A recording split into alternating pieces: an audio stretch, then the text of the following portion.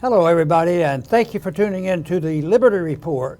With us today, we have Daniel McAdams as our co-host. Daniel, good to see you. Good morning, Dr. Paul. How are you this morning? Very well, thank you. What did we talk about yesterday? TikTok? Yeah, we were on right when the House voted to ban it. It came on late and exploded, Yeah. and now it's continued to explode. But I look at it as these people who want to pass this rule where we can kick TikTok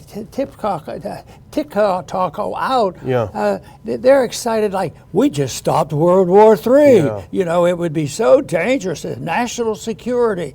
So anyway, but on more digestion of this, there's more and more people speaking out, and there's not many people changing their mind to being, against this bill. The amount of votes on there was tremendous to support this. But once again, the speed of how some of the big things happen, we revisit so often. What happened on 9/11. Within days, they had the PATRIOT Act. Well, when did they write it up? When did they have hearings? When did they have any votes? None of that, and it was prepared, so the time came, and they used it. This is a little bit like that, there was this discussion going on, but all of a sudden it was an absolute emergency, and then the votes were there. So, this pretense at this strong division between liberty-loving people and the authoritarians, it doesn't exist because some who claim that they don't want the government interference were all too eager for this. And so to me, we have to say, what did they do? But why did they do it? And how are they able to control this? How were they able to change that attitude so quickly? Whether when there's an event, it is, you have bombs hit New York and people can't respond. But then you say, oh, what a coincidence. And sometimes it looks like a coincidence. And sometimes you wonder, could any of this be done, in a conspiratorial way? Yeah. But we can't say that, not on our program. We'll have to just look at the facts. And the facts, to me, are adding up that there's a lot of confusion there, but there's a lot of support for this takeover. But I think that's part of the bigger picture of China bashing. I think that's the big thing that's going on, which means that we don't live in a more peaceful world by this, but the people who like this bill say that's wrong. No, we will be because they were spying on us, So I'm okay as long as if we're doing anything similar in any way with trade and threat, then we have to give it up. But it's not going to be that way. It'll be one-sided. We may stay very much involved in, ownership and control of corporations and activities overseas. And we don't spy on anybody. Yeah. We spy them to the hilt. And then if we don't like somebody, just say, let's get together and have a little cold coup this weekend and change the government. And that will bring more peace to the world. There's enough here to be cynical about, somewhat discouraging, but the rapidity of this, in a way, it almost is reflected on the fact that we're bringing it up again, because it's not going to go away.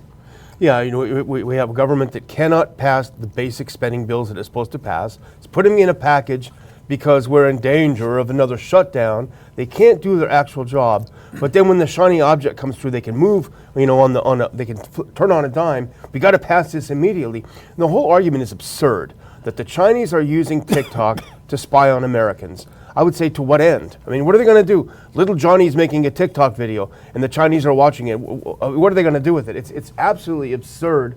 The whole thing is absurd. Now, I was coming into the studio this morning, I was listening to Alex Christoforou, who I listen to a lot and I appreciate, and he makes a very good point. This bill is a mafia bill. It's a mafia tactic. The government told a private company, you will sell or else, and just by doing that, of course, it reduces the value of the company. But imagine the government has the power to put a gun to your head and says, sell your business. If that's the case, then there really is no free market in America. We live in a country that's every bit as bad as they claim China is, if they could take your business away. This is a reflection of a modification of what went on, with the FBI and social media. They come in And it's back and forth. Social media helps FBI. FBI does what they want, and FBI said we don't interfere in private contracts. And then they let the social media do their dirty work, and the people don't quite catch on to that. And it's this collusion and this sinister collusion of corporations and big government wheeling and dealing, and is a far cry what it would be like if you had a free market system and a government that respected the principles of a republic. That they don't have. And throw in for add-on, this would be maybe a sound currency. Yeah, that wouldn't hurt. Well, as is to be expected, there's one senator who has been following this, and we've talked about Massey yesterday, who's great. But Senator Rand Paul had a great statement when it passed in the House. Now it's going to the Senate, where it's expected to pass, and the president will sign it. Well, here's what Senator Paul said yesterday. I think it's a very good statement. It's short and it's worth reading. He says, my statement on the House TikTok ban. The passage of the House TikTok ban is not just a misguided overreach. It's a draconian measure that stifles free expression, tramples constitutional rights, and disrupts the economic pursuits of millions of Americans. With an iron fist, Congress dictated an unrealistic and narrow path for divestment, effectively banning TikTok and ignoring its substantial investments in data security. This act is not securing our nation. It's a disturbing gift of unprecedented authority to President Biden and the surveillance state that threatens the very core of American digital innovation and free expression. The question I have in my mind when I look at it, are his friends, so-called friends in Washington and in the Senate, are they listening? Yeah. Probably not. Probably not. But it's an excellent point. I mean, and the idea that this is the important point, I think, and we've emphasized it, but maybe not enough, is the idea that gives the president himself, and I don't care if it's Biden or Trump or anyone, the president himself the power to designate a company as being foreign controlled. And I'm going to put a couple of tweets up. Patrick Webb has a tweet where he noticed this. He says, the new TikTok ban bill gives the executive branch of government the power to define any platform or website as foreign owned, even if domestic, giving them the ability to control and censor the content being published by the company. Now, reading that again, that will give the president the authority, the ability to just define you as foreign influence. Now, put the next one. This is from the bill, and and Patrick Webb included this. So we talked about this yesterday. It's not just an app; it's any website, and it says he can. The term is covered if the website has more than 1 million monthly active users with respect to at least 2 of the 3 months preceding the date on which the relevant determination of the president is made pursuant to paragraph 3B. President Biden. In a way, all this activity is a cancellation of probably every positive thing as far as trade goes and international relations since Adam Smith. Yeah. Because Adam Smith had it together and was great, but he had not advanced some of this thinking up. All at once. It's been moving. The Austrian economists have kept improving the benefits of free trade and activity and why it is beneficial to both sides. But here it is totally undermining the whole principle of it, and they expect it to work. But this is one of the side effects, I think. The marketplace and freedom is very, very beneficial when it's working, and it can benefit and produce great wealth and great false enthusiasm for a country and false enthusiasm for a currency that doesn't go away overnight just because they change their policy. Yes, you can see all the signs and things fall apart and people are starting to suffer, but that consumption of wealth is what is going on. And when that wealth is destroyed, they can't get away with this. They can pretend we have so much where we can cancel this out. We don't believe in this free trade stuff. And that unfortunately is getting to be bipartisan more than it used to be. And of course, the foreign policy is too often bipartisan too. But there are leaks, there are benefits, and there are splits in here. Even within the Democratic Party, there are splits on this big issue that you mentioned at the very beginning of the funding. Yeah. I mean, there's still interested in that. They're still at least pretending, oh, there's two-party position on this. And I was just mentioning to you, Daniel, well, maybe the solution will be everybody gets everything until there's nothing left. Yeah. But there's not much left already, so who knows what will happen. Yeah. Well, David Sachs is someone who's on Twitter a lot. He is a very successful entrepreneur. He's been in the tech world. He's in the tech world. He's also, I think, a very astute observer. My guess is he certainly has libertarian tendencies. Well, he has some comments that I think would be really good to put up here in light of what we're talking about. Now, he comments on Patrick Webb's tweet that I just mentioned, and David Sachs says, this TikTok bill gives Biden the power to ban websites and apps run by, quote, a person subject to the direction or control of a foreign person or entity, end quote. Given that Biden routinely smears political opponents as being under the control of Putin, the danger should be obvious. So he makes the point, the person or entity only has to be considered by the president as run by a person subject to the direction or control of a foreign person or entity. That door is wide open for the suspension of civil liberties. Yeah, but it doesn't interfere with the cash flow that goes from one group of people to some specialized families that are beyond the law. So his take will be there, but more of that is being exposed too. So we'll keep our fingers crossed on that and getting to the bottom of it. And the truth usually wins out in the end, but sometimes it's after many people suffer. Think of how many wars are fought on distorting the truth. They're on our doorstep. They're going to bomb the world. And then finally, you look back and you start reading the history of Pearl Harbor and, the Kennedy assassinations. The truth does come out, but so much harm is done, in the meantime. And that, of course, is what our goal is to expose these people when they're doing it. But I even get dumbfounded on this. And, why do they do these things? And there has to be, sometimes the only answer I can find is they really don't care, and they plan to benefit from the breakdown of our system.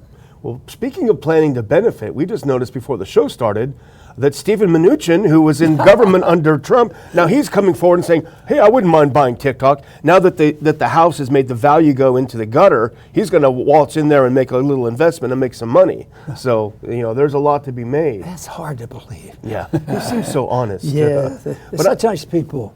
But David Sachs does a great job in just demonstrating how it's not going to stop at TikTok. It's going to keep going. So I'm just going to do three tweets where he talks about this. Because remember, it only has to be determined by the president that the entity is foreign adversary controlled, and then you can shut you down. So go to the next one. So he retweets an article by someone saying, make no mistake, Tucker Carlson's webcast is a foreign adversary controlled application.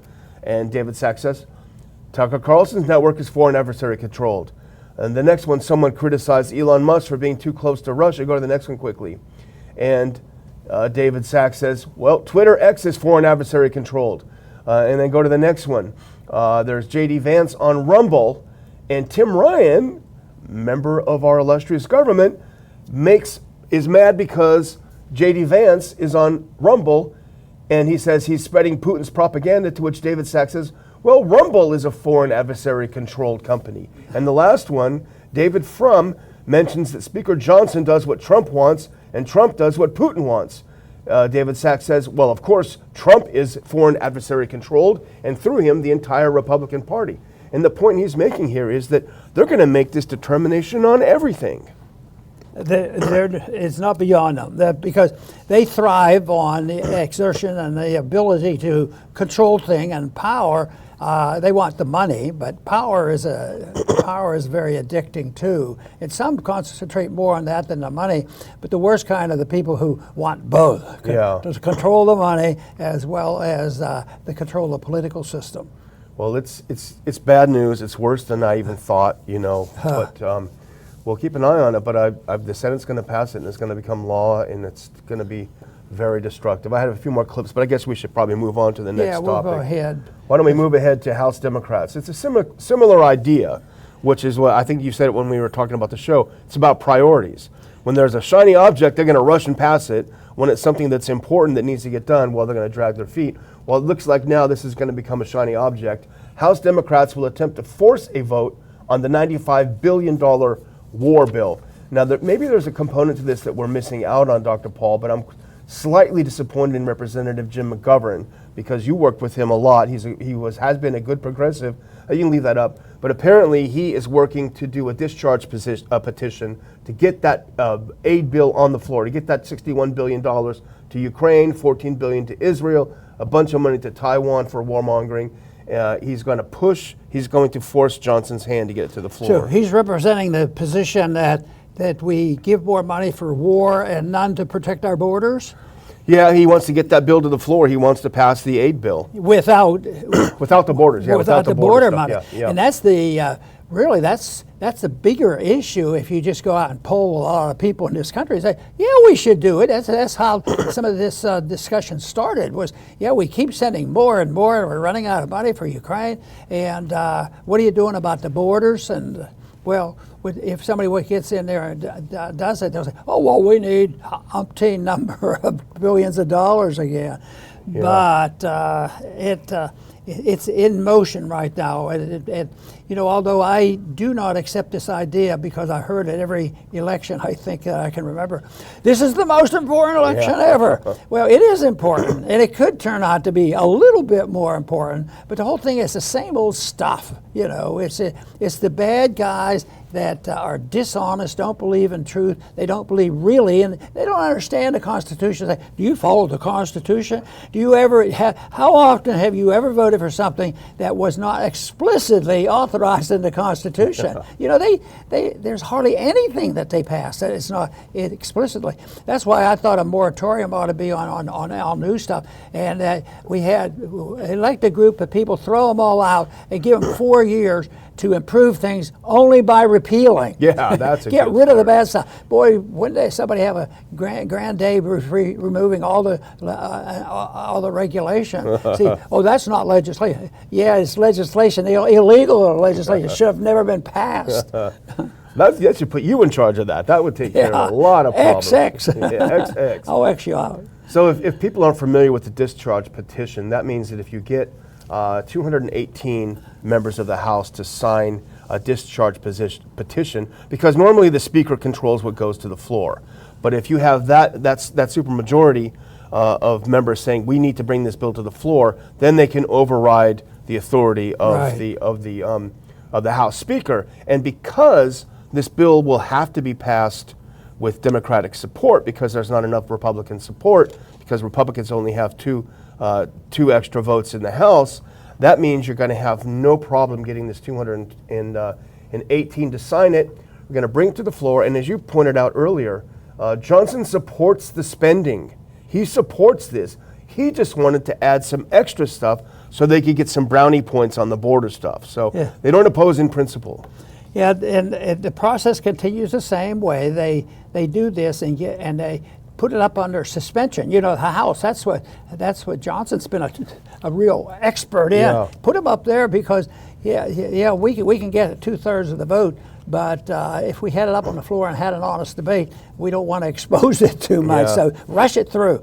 And I think a rule ought to be, and more every year it becomes my rule, is the quicker they want something passed because of an emergency, the more it needs to be watched and slowed down just to study it. Because even when it's going a little slower and proper, I remember in the early 80s we had some monetary bills going through, and being on the banking committee, we'd have a lot of discussion, a lot of votes, back and forth, and we pass it out of the committee, and then it would go to Rules Committee, and it would go up, and then it would go to the floor, and it would pass overwhelmingly, but wouldn't agree with the Senate. So then it would go to a conference, and we had a staff that found on some of the things. After all of that, they come back, and the key things on the power of the Fed to inflate on whatever they wanted was touched. It was not in any of that discussion. And that's the way government works. That's a good reason to reduce the size and scope of government, because you can't trust them. Yeah, exactly. Well, the last thing I saw just before we went online here is that apparently Speaker Johnson met with some members of the Senate to talk about this bill. And here's the way it looks like it might be moving. We're not sure, it's not confirmed, But it looks like what he's going to do to get around this is he's going to say, well, this isn't aid, this is a loan. They're going to pay us back. Ukraine's going to pay us back. The country is decimated. They lost half their population, but they're going to, it's like those student loans. They're going to pay us back. Don't worry about it. Good examples, student loan. And they pay their interest and everything else. Yeah. And who really gets filed up there are the people who were talked into taking these loans or were forced to take the loan, and they're very sincere and honest within a system that's really messy. They go and they do this, and they cannot pay. They don't pay the bills back. So the people who either stayed out of the system and worked hard, you could have two 18-year-olds and one borrows all the money and gets a job and finally gets that degree that didn't do him any good. And then you take somebody else that's worked all that time. The person that maybe worked without the education, but he worked hard, their penalty is great. Yeah. It's not a very good system. No, it's not. But apparently, so from this meeting, talking about making it a loan, which is just trying to put lipstick on the pig, but also he did not mention, according to someone who was in the meeting, did not mention the border with Mexico when he met with the senators. And the article also quoted Senator John Cornyn, who is from the deep state, masquerading as a Texan, and he said that he heard Speaker Johnson say, "We will not leave Ukraine empty-handed," or something like that. So clearly now it looks to me at least like this is going to move as well. Bad news for the American taxpayer and for the concept of liberty, I'll tell you that. Yeah. But we're not giving up. We're not giving up. Because there's all those tools and technology that are being used against us. But we shouldn't fear that technology that China has and they can use. We should fear the authoritarianism of a government. Yes. And I think the founders were pretty astute to say all enemies, foreign and domestic, and they knew about that. But right now, the domestic concerns are just flipped down as a little political chicaneries and fighting over, and it's pure politics that doesn't amount to real issues. I think they, on purpose, pass things quickly because they don't want to hear that discussion. Yeah. Well, I'm just looking at our comments here, and Joshua Clement said, first TikTok, then the Ron Paul Liberty Report. And it sounds funny, but it's not that far from the truth. They just designate you a bad guy, and then you're gone. So, see, there are some people concerned about what's going on, yeah, and they're all our friends. There are very smart people that are there, and I appreciate all of them commenting, and I appreciate everyone watching the show. If you're not watching it live, I would ask if you please just hit like. It only takes a second, and it helps us move the show no matter what platform we're on, and to subscribe or follow depending on the platform. And thanks again for, at least for me, a great week of allowing me to come in your house or your car or whatever and do the show. So I hope that you'll be back soon. Over to you, Dr. Paul. Very good. And we mentioned the fact that we talked about TikTok yesterday, but we mentioned it even before that. But it looks like we may be back on this subject. It hasn't gone away, and we will keep up with it. But it's such a tragedy because we don't seem to learn anything from our errors. But there are some people in the Congress and in the Senate that know what's going on. It's just that the others, I just said to Daniel, why doesn't the other side listen to this? How can they listen to this logic and the principles of it? But anyway, they don't, and that's our job, is to try to spread this message, because I think the message is all powerful, and that we don't have the tools of guns, and we don't want to use the guns. What we want to use are the ideas and the spreading of this information. That's why I think it's very, very important to have the First Amendment secure, and right now they're attacking it right and left. I want to thank everybody for tuning in today to the Liberty Report. Please come back soon.